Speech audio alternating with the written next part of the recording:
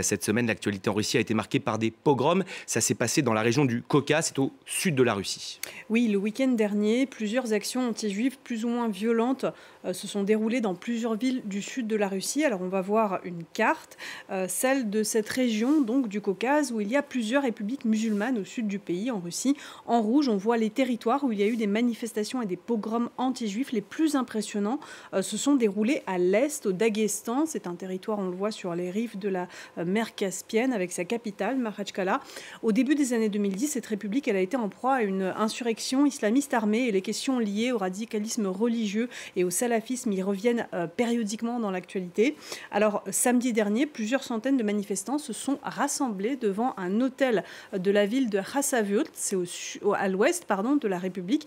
Des rumeurs sur le réseau social Telegram se sont répandues comme quoi des réfugiés israéliens logés dans un hôtel. On a vu ensuite des vidéos circuler sur cette même ressource Telegram avec une foule jetant des projectiles sur la façade du bâtiment. Sur certaines de ces vidéos, on a même pu entendre des invectives de ceux qui s'étaient rassemblés. Ils appelaient les occupants de l'hôtel à se montrer à la fenêtre. On va voir un extrait de l'une de ces vidéos amateurs filmées sur place.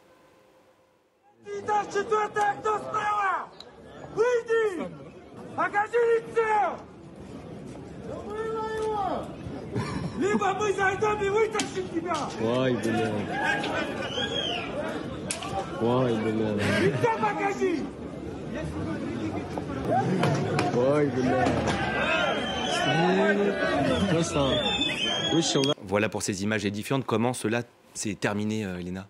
Bien, la police est arrivée, elle a autorisé plusieurs manifestants à entrer dans l'hôtel pour s'assurer qu'il n'y avait pas de juifs à l'intérieur.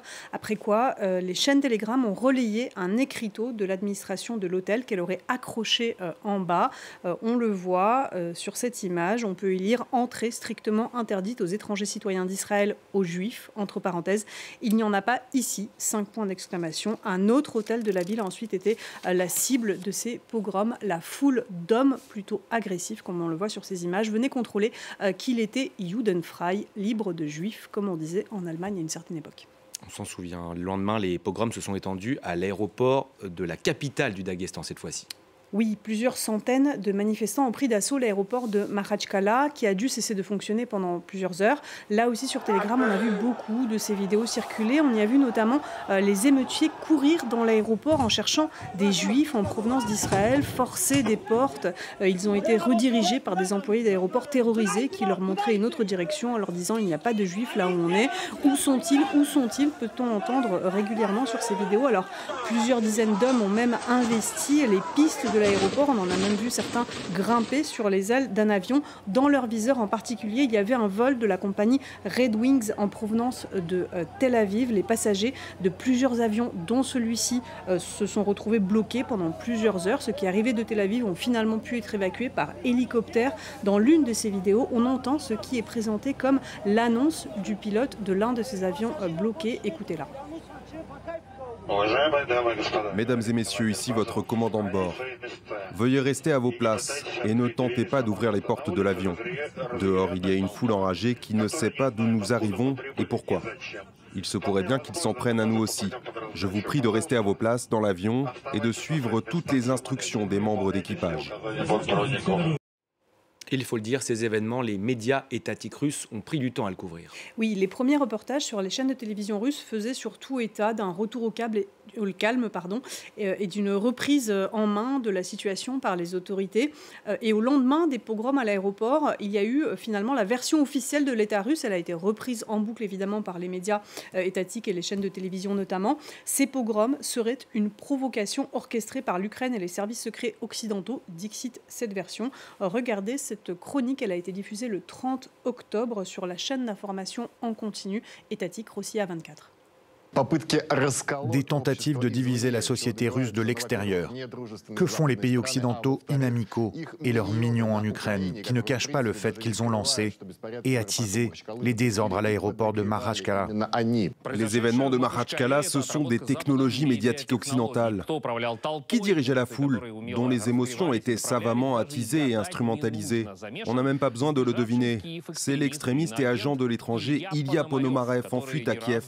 Plus d'une fois, il a déclaré sa haine de notre pays. Ce sont ces salopes de médias qui ont appelé à chercher les passagers de Tel Aviv à Makhatchkala.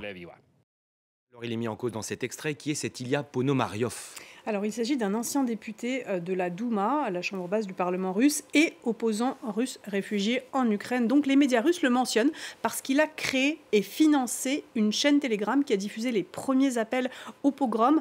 Sauf que voilà, Ponomaryov et l'un de ses anciens associés ont depuis réagi. Ils affirment avoir abandonné cette chaîne Telegram aux mains d'un administrateur originaire du Daghestan réfugié en Turquie. La chaîne Telegram elle-même a démenti tout lien à l'heure actuelle avec Ponomaryov. Qu'importe, selon la propagande russe, tous les chemins mènent à Kiev et à ses maîtres occidentaux, selon la rhétorique russe. Et le 30 octobre au soir, c'est Vladimir Poutine qui a diffusé lui-même cette version. Il présidait alors un conseil de sécurité largement consacré à ces événements au Daghestan. Regardez cet extrait, il a été diffusé dans l'une des émissions phares d'actualité russe sur la chaîne étatique Rossiya 1. Le président a déclaré que les pogroms à Makhatchkala ont été organisés depuis le territoire de l'Ukraine par les agents des services secrets occidentaux, qui selon Poutine ont instrumentalisé le soutien des Dagestanais à la Palestine dans la nouvelle phase du conflit au Proche-Orient. Poutine a traité Zelensky d'ordure parce qu'il a immédiatement accusé tous les Russes et notre soi-disant antisémitisme inné. Les événements d'hier soir à Makhatchkala ont été organisés depuis les réseaux sociaux à partir du territoire de l'Ukraine, par les agents secrets occidentaux. Aujourd'hui, les dirigeants ukrainiens, sous la direction de leurs protecteurs occidentaux, tentent d'organiser des pogroms en Russie. Ordure! Je ne peux pas en dire autre chose. Voilà pour ces insultes, aucune preuve, il faut le dire, pour ces théories pour le moins complotistes.